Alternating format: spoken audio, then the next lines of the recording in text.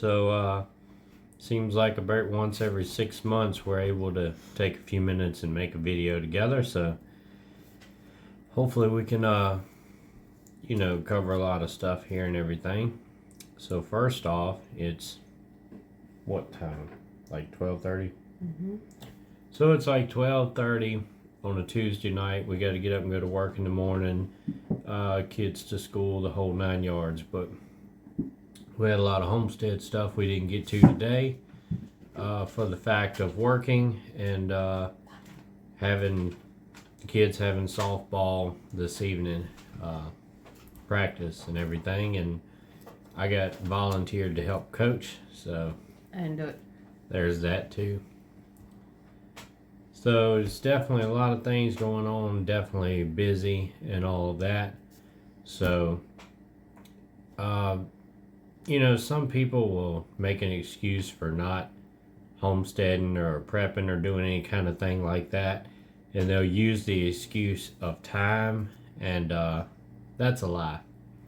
Because they're just lazy. We both have full-time jobs, plus 3 kids, plus the school and all the activities like softball and everything comes after that.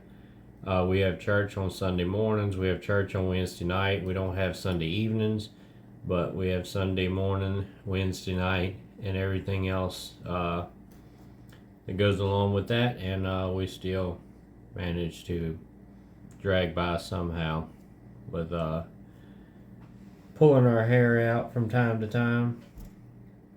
Also got a big gash up here from the other day at work. So. the kids are from 2 to 6, so it's not like teenage, preteen, where they can go do whatever they want.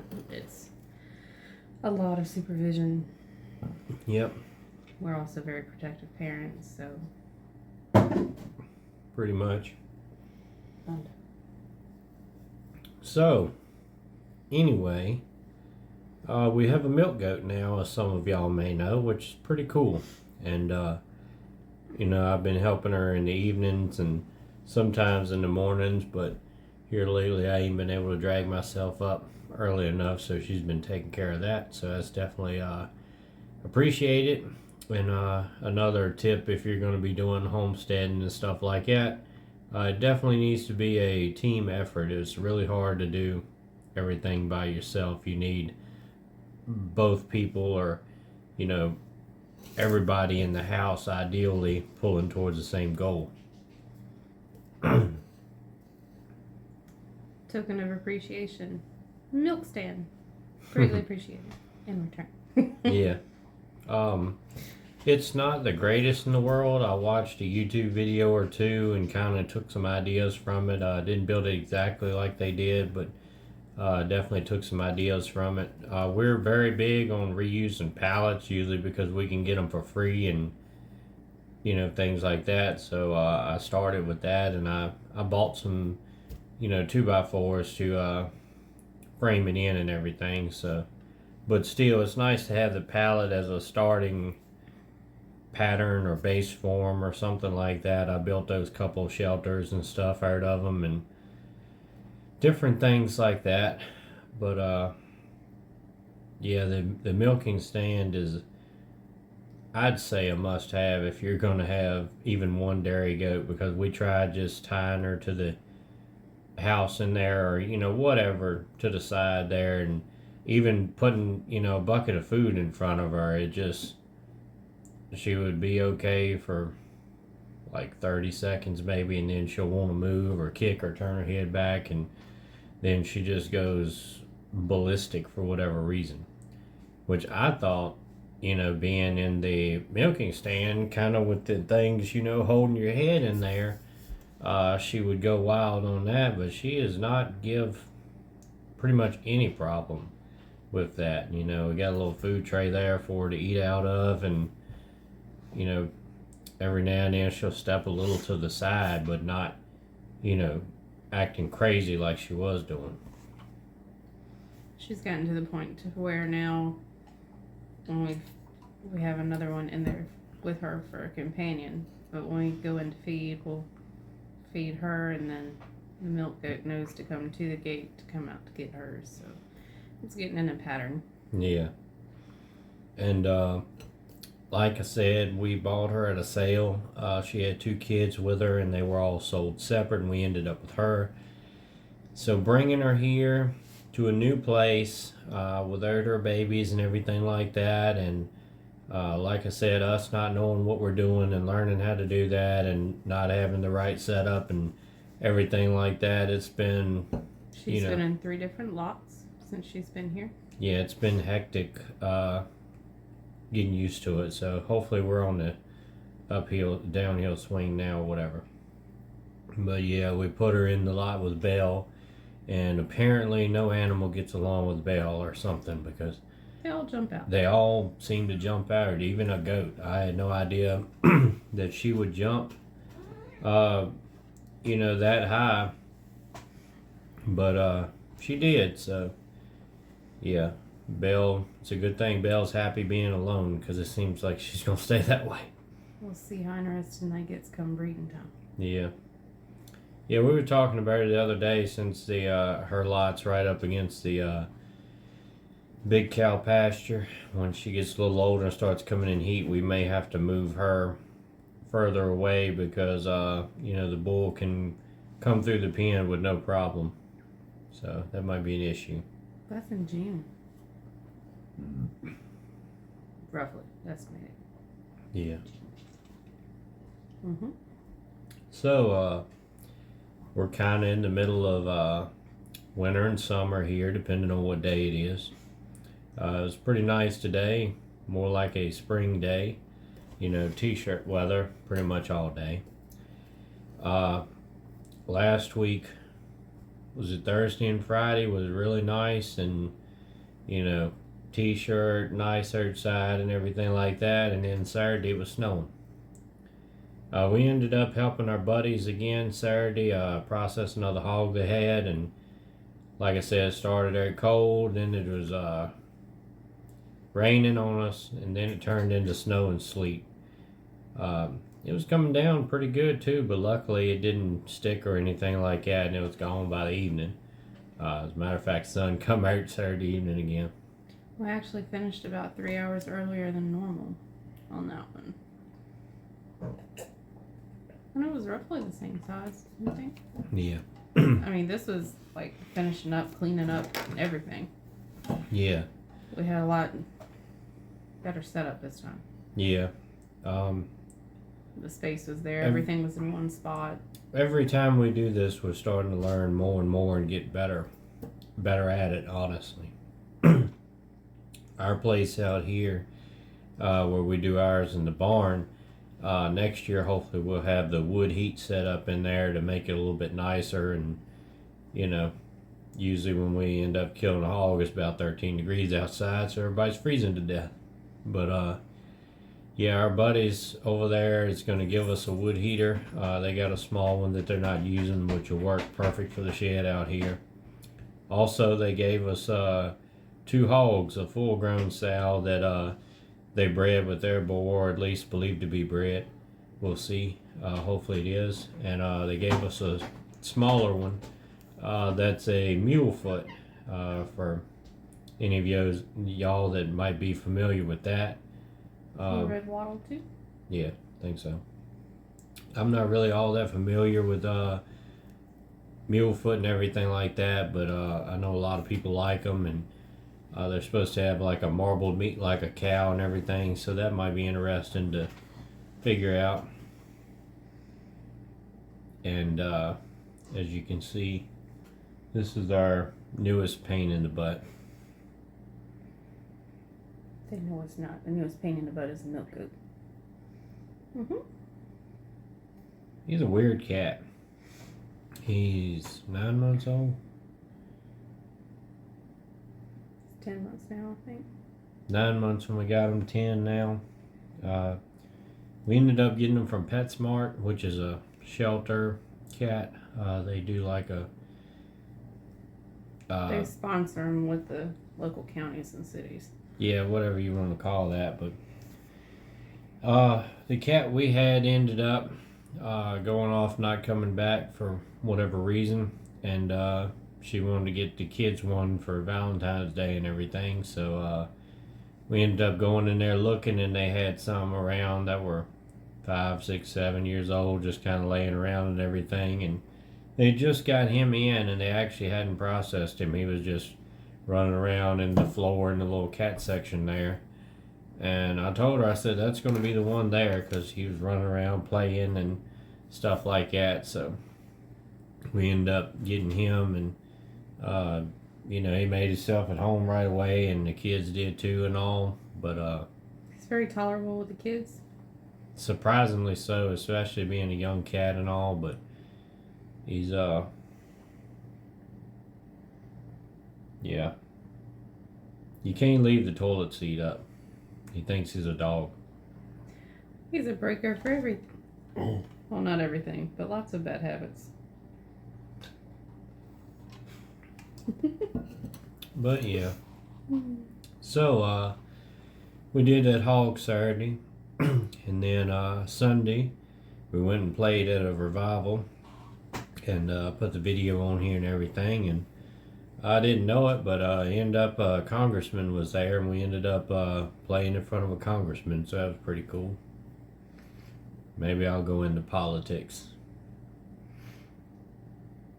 Run for president one day.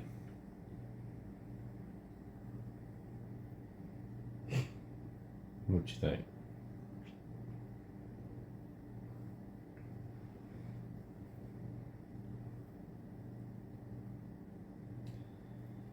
But anyway, lots of stuff going on. Busy time of the year.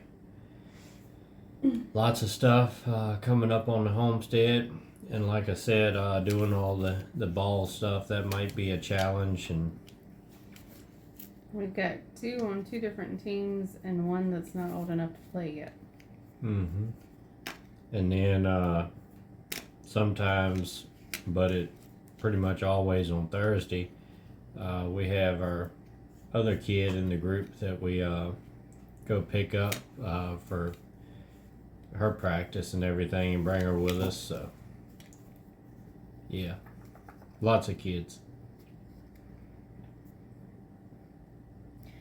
So, one of the things about the hog processing, what are some of the main things that you think would be must-haves that they wouldn't think about? Good knives, good quality knives, and Variation of knives. yeah, and sharpening, definitely. I'm still not a great knife sharpener, but I've got a decent stone now that's got 3 different. It's like a triangle that you can tilt to whatever one you need. It's got a coarse, which is really rough, and then a medium, and then a fine, fine grit or whatever stone on it. But our buddy over there, he bought, I can't remember what the name of it is, but it's a knife sharpening kit. It's got a stand, kind of like a little vise that you put the blade in, and then it's got the different angles, keeps your angle and stuff. And I really don't know how to explain it, but it's a pretty nice setup. It works pretty good. We usually use the Victoria Knox boning knife, and he ordered some of them too after the first time he came over. We did ours, and he's seen how good that knife worked and everything, so he ordered a couple of them. And they hold the edge pretty good, and they take a sharpening pretty good too. I like the Benchmade Meat Crafter knife too. That's the one that I usually stick with. It's got a good comfortable handle and good blade and all the fun stuff like that.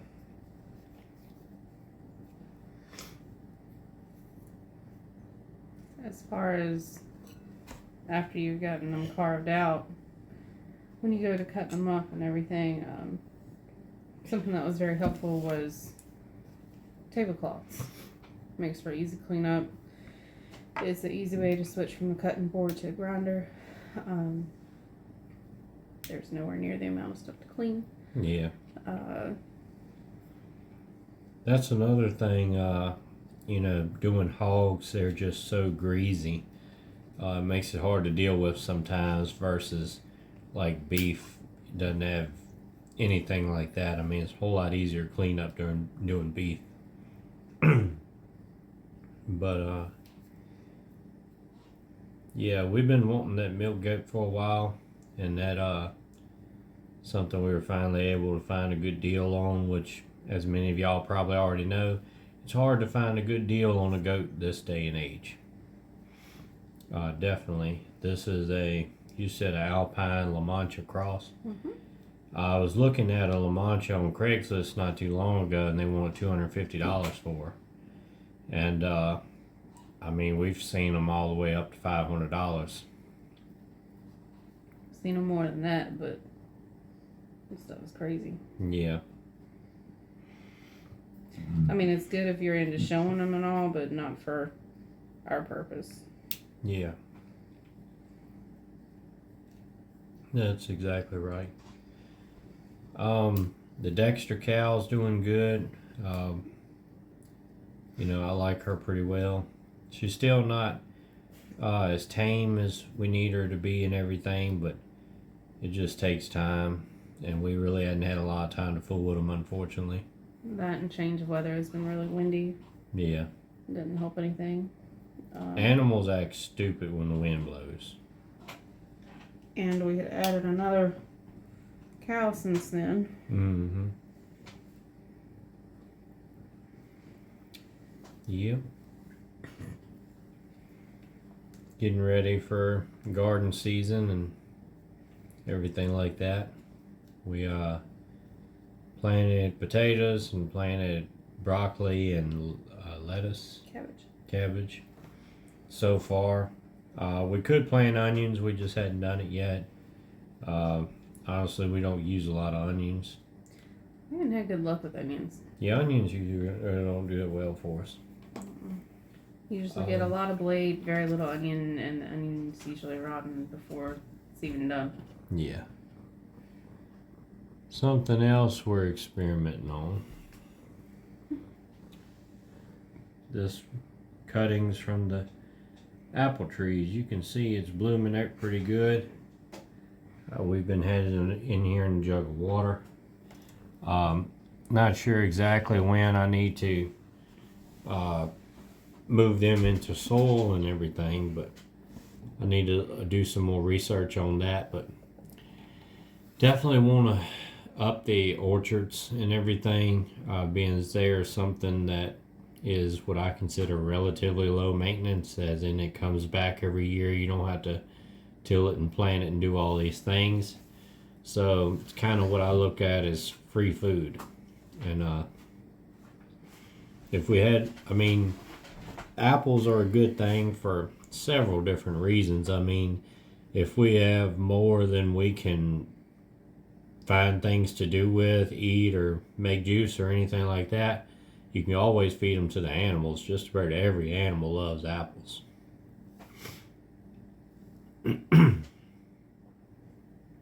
What were you doing different with the pig food? I'm trying to start fermenting some of it. I just started tonight. I filled a bucket up and put some water in it and let it sit overnight or something, or maybe a couple days, but I don't know how long it would take to ferment on a small scale like that in the bucket, but if it goes good, if they like it pretty good, then I'll try to, ferment like a whole 55-gallon drum at a time or something, but something we're getting into. We're, like I said, we've really only been doing this a couple years, and we're just still learning a whole lot of things, experimenting with different things, and just trying to find the best way to go about things and what would be the most cost effective, especially in this day and time. Everything just costs so much more and everything like that. So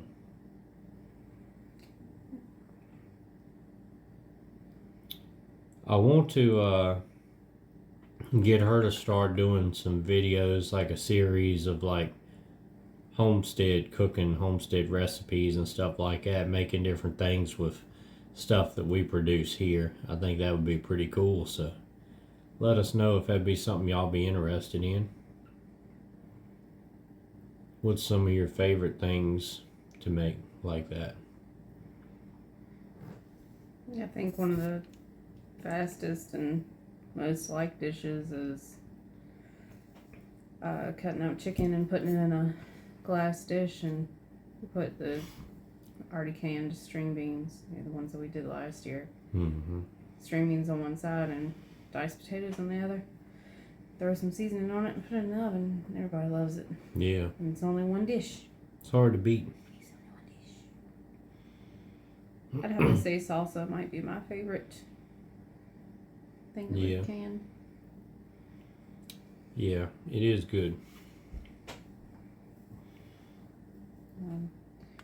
We've ate some of the hamburger that we made a while back with the steer we done, and experimenting with that during the wet aging process and everything like that. And I believe we do like the grass-fed beef a little better, or at least I do.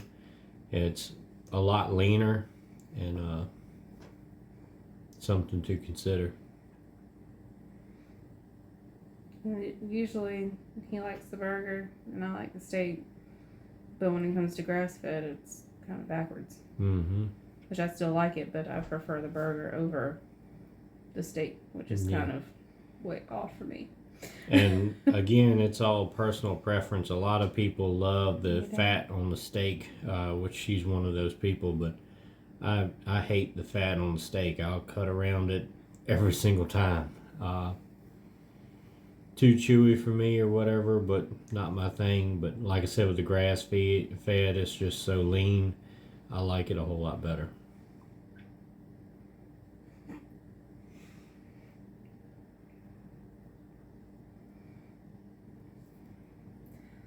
One thing that he usually likes to touch on in videos is getting the woman's perspective of the homestead and this, that, and the other. And something that we had talked about before was, we started this several years ago and kind of let it die off, and then we started it back up. But I told him that, before, that I had tried to support him in whatever way I could, and he said, well, supporting and doing is two different things. Just kind of, struck a nerve to start with at the beginning. It's like, I get it. If you're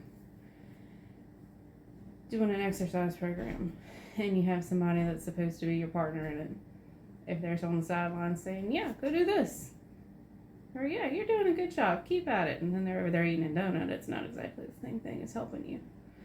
So I think we're more on board than we were before. Yeah. Also, that's another thing that you just said with us, especially. I'm sure a lot of other people's that way, but a lot of times to really help the relationship or get a breakthrough or understand each other better or something like that, one of us has to say something to the other one that kind of ticks them off, and then after the initial being mad, then we can go from there and usually come out better on the other side.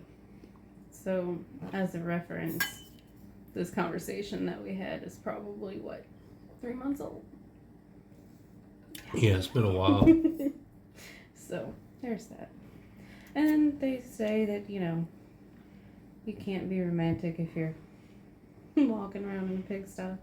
But then you have nights like tonight where it's midnight and you're outside milking a goat together. And then you have flowers at midnight. See? It's romance and everything. And as free as it is. Mm-hmm. Yeah.